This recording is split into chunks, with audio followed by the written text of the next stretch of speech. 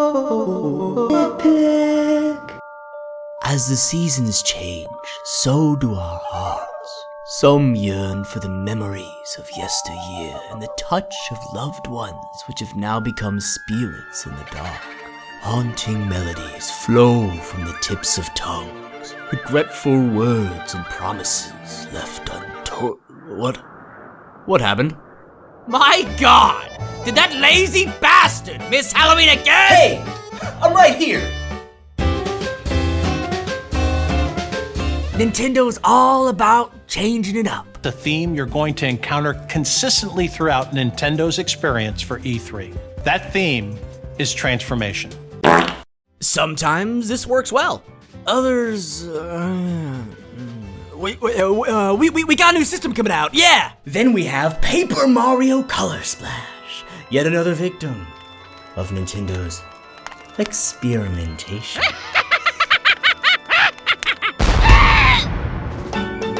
Color Splash is Nintendo's storytelling at its finest.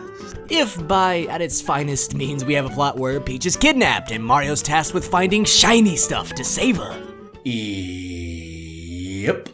Mario, buddy, might just be a good practice to always leave Peach at home. The hell you doing with your life? This is nonsense. Along with Mario's daily tasks come the restoring of paint stars to Port Prisma, which have been stripped away by a mysterious, shadowy figure. Classic Nintendo. Anyways, Port Prisma acts as the central hub for Prism Island, while Mario and his friendly paint bucket visit various areas, restoring the world to its former glory through battling, coloring in blank spots, and collecting stars, which grant access to the island's locales. This is standard Nintendo practice by this point. Even down to separate locations being selected in a way that Mario fans are all too familiar with. And with this familiarity, each region visited needs a little color splashed into it. See what I did there? I used the game's title to make a little bit of a pun. Ain't I hilarious? Bowser's goons were given straws to drain the world, and even its citizens of the paint that keeps them alive. Man, Halloween's over, but this is some dark stuff. Might need to check something.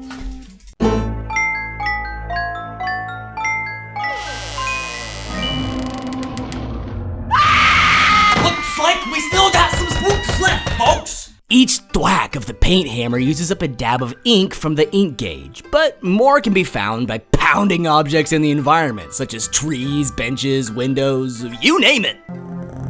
Come here, girl.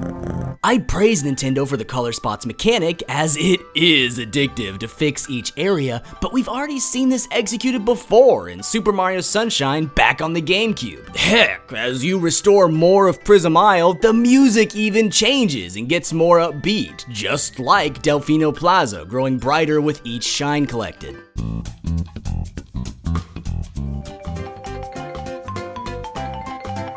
So I'll file this one under the good inspiration category. And just like in Sunshine, sometimes I wonder how they expected players to find some of this crap.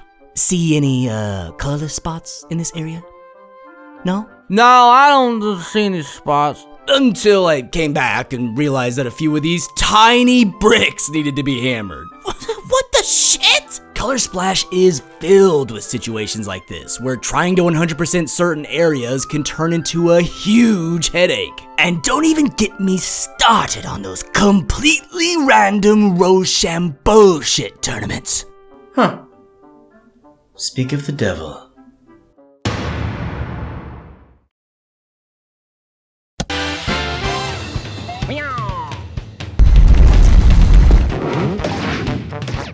I don't like it. Color Splash is a departure from the battle system established in Paper Mario and then refined for Thousand Year Door. Battles are still turn-based and damage can be altered through proper button timing, but players aren't given attack icons for jumping or using the hammer. Instead, you collect expendable cards found in question blocks, shops, or just laying around. Those are then used to attack, heal, wield special abilities, and even summon partners to aid in battle. Yeah, remember those? When obtained, some cards are colorless, so once Mario gets into a scuffle, it's painting time! How this works is you select a card, move it into the battle slot, press and hold to color, which uses up ink, then swipe up to activate it for your turn. And that's battling. I have multiple problems with this.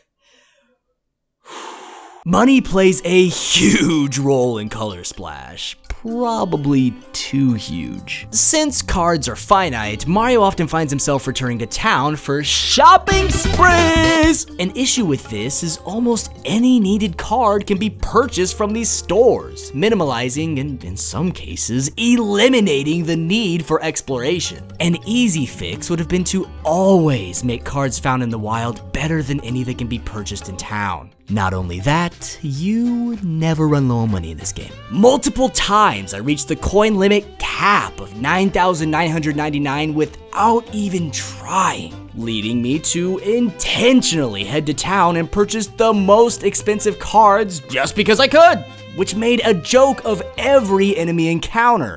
Mario finds random real-world objects in the environment that he can squeeze, turning them into cards. Don't look at me, I gave up questioning this game after the first hour or so. These cards, which are appropriately named things, Yeah, real creative, Nintendo. are broken as hell. Barely any ink is used to color them, and they almost always slaughter every enemy on the field. Well, Johnny, these are single use, like every other card in the game, so it's not that bad. Well, beautiful watcher, you can return to Port Prisma and repurchase them at any time for around 300 coins each. Well, this game just got a lot easier. Thanks, Nintendo. Not to mention, thing cards have to be saved and used in every major boss battle. And there's no way to know which one you need before going in, so you're forced to lose, at which point the paint bucket says, "Oh, I think this game might have some serious design flaws." And you walk your happy ass back to Port Prisma for the 6,000th time and talk to Mr. fucking Trash Can Toad, who gives you the card you need. Why does he know? Paper Mario Color Splash, ladies and gentlemen. Paper Mario Color Splash. There's also limited inventory space. Why? While scrolling through 99 cards just to reach the one you wanted is pretty tedious game planning, especially when they could have just created stacks that show the number of a given card you own. Genius, I know! All having restricted space encourages is more trips to the freaking town! Along with this, encounters can feel meaningless thanks to meager rewards. And the original Paper Mario, Thousand Year Door, and even Super Mario RPG, a plumber earned experience points and leveled up, granting access to certain stat increases. If you so desired, one path could be built up, while all others ignored. Player choice like this is gone in Color Splash, simply replaced with hammer icons that slowly boost maximum ink when enough are collected. Take note, game developers, this is true effort. To be completely frank, Paper Mario has a near depthless one-note battle system which is too simple and easily exploited. Now, how do we improve this? A game I never bring up, and probably won't ever again, is Baten Kaitos Eternal Wings for the GameCube. This one's similar to Color Splash in that you get cards and use them to fight, but instead of sitting in your inventory waiting to be disposed of, players build small decks, and once in battle, a select few of these cards are drawn from the player-created deck to be used in combat. None of this, you use it once, it's gone mentality. The cards in Paper Mario are even similar to Baten Kaitos. We have attacking, healing, defending, and special abilities. The difference lies in depth and the excitement of discovery. Since cards aren't disposable in Kaitos, a genuine giddiness flows over once a new one's found as it becomes a permanent addition to your strategy. Combat ramps up even more with the introduction of new party members, which bring different decks and approaches to tackling objectives. Party members? Haven't I seen this before? If Paper Mario aligned more with games like Baten Kaitos, allowing for personal deck construction, placing emphasis into switching cards around for different tactical advantages which could highlight multiple ways to tackle the same problem, battles would be more organic and thought-provoking. And worth the time. What passes for puzzles in Color Splash is laughable, if not downright obnoxious at times. Mario's bucket friend, Huey, grants him the ability to cut out segments of the environment by pressing Y. If dotted lines appear on the screen, players need only to line them up with the environment and voila! You can now use the gamepad screen to walk in the background. Okay. I'm not praising the puzzles of past Paper Mario titles because, trust me, they aren't that good either. But what this ends up boiling down to is, God, I'm so lost on what to do in this section. I've tried everything! I hammered the walls, spoke to the NPCs, checked my items. Oh yeah, I forgot to press Y. What?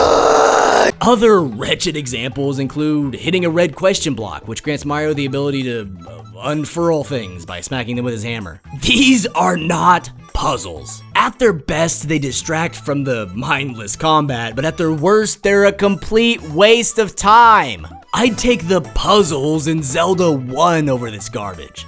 Oh, that's not good. Color Splash is an awesome game.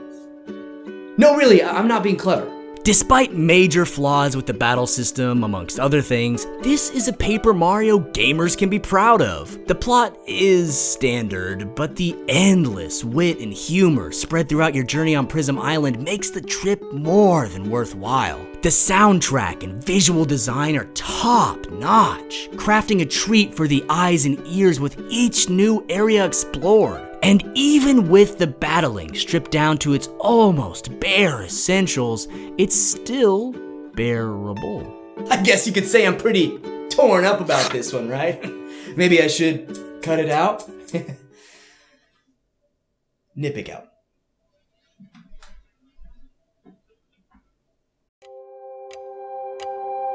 Another one in the books, folks. If you enjoyed this video, you're sure to love my others, so don't miss out on my Super Mario Bros. And Star Fox Guard reviews. And if you like what you saw, subscribe! There's a load more to come. Happy holidays, Nitpickers.